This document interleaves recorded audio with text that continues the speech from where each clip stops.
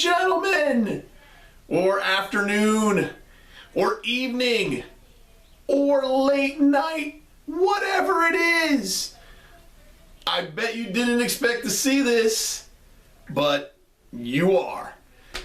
So here we are, week 2, day 2 of the COVID-19 pandemic of 2020. And yes, you still need to study about Canadian history. This time, what we're going to talk about is some interwar years between World War I and World War II and what was going on with Canada. Now, most of the focus during this time period is going to be on, you guessed it, the good neighbor policy and the United States. Because we're America, and that's what we do. But obviously, that focus ignores Canada and its relations with the other countries in the hemisphere. Now, obviously, you might have noticed two things.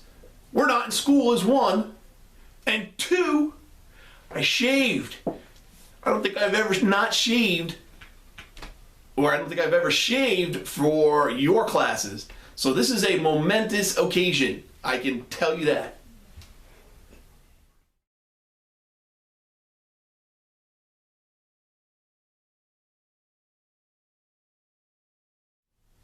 Historically, Canada's position and its foreign relations were subordinate to the United Kingdom, and it only had 5 diplomatic legations prior to the 1930s.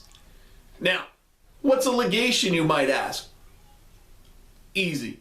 A legation is like an embassy, but it's not as big, it's not as important, it doesn't have as much status. In the 1930s, or prior to the 1930s, Canada only had 5 of these.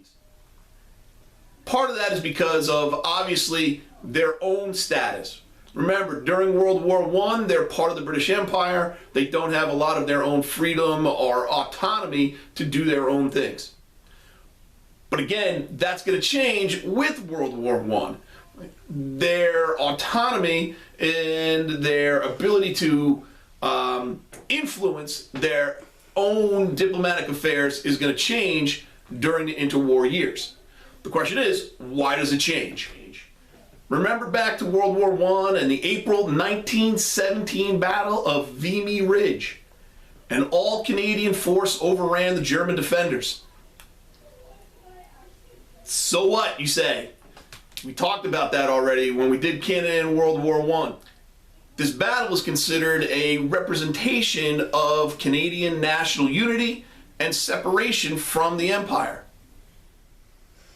After World War I, Canada got a seat at the Paris Peace Conference and later in the League of Nations, which we'll talk about next year. All of that because of the Battle of Vimy Ridge and the Canadian success there. In 1931, Canada became a fully independent dominion, which meant that laws passed by the British Parliament didn't apply to Canada, and Canada could pursue its own independent foreign policy. This was going to be very important for the 1930s and Canada's relations in the Americas. Okay, so while all these political changes were taking place in the 1920s for Canada, there was also an economic shift that was taking place as well. Number one thing, the United States began to replace the United Kingdom as Canada's primary trading partner. Why? Well, obviously, it's less expensive to trade with somebody who is your neighbor. If they're right next to you, you don't have to pay for shipping. You don't have to worry about products not, containing well or keeping well. They might even go bad. That's not going to happen if you're right next to the person you're trading with or the country that you're trading with. The other thing was, Canada had natural resources that America wanted to use. And at the same time, the United States produced relatively cheap manufactured goods that Canadians wanted to buy. Now, there were some Canadians who were still worried about U.S. encroachment.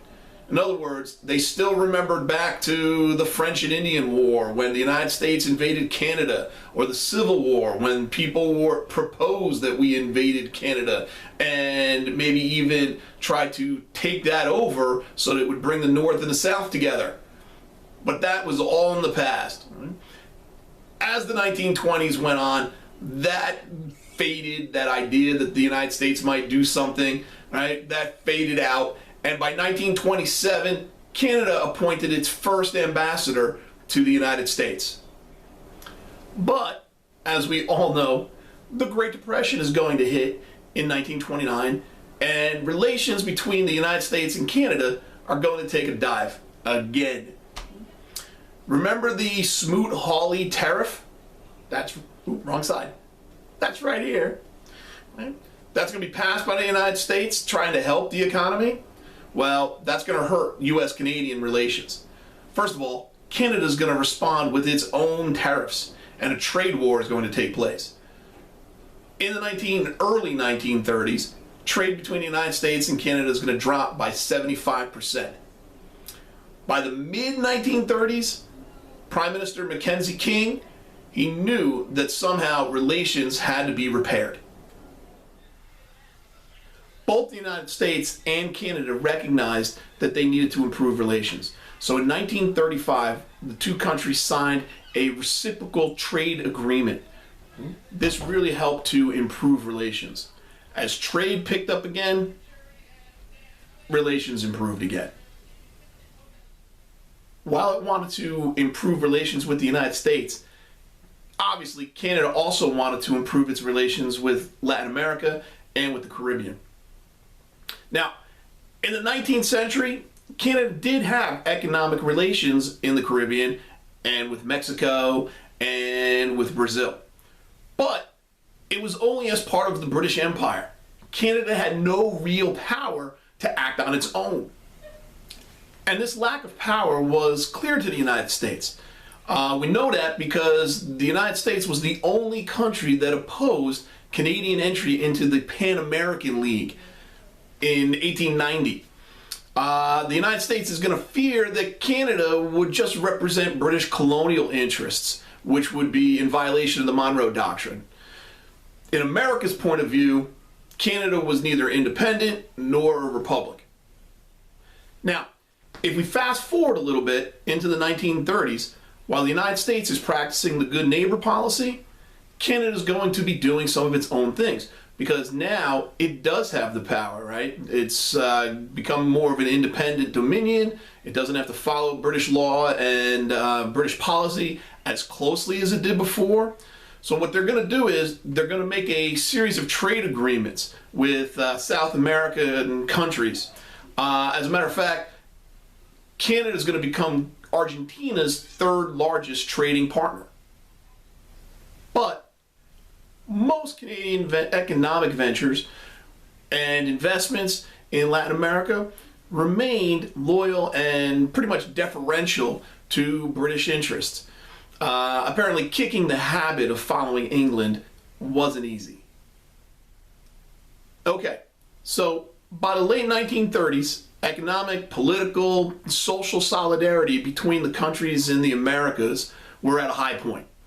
That's good, right? The good neighbor policy, the economic interdependence of many of the countries meant that the Americas were connected like they had never been before. As we're going to see the next time, yes, there's going to be a next time. This is a good thing, because by the late 1930s, events in Asia and Europe, they moved to center stage, and they're going to change the course of hemispheric relations in the Americas.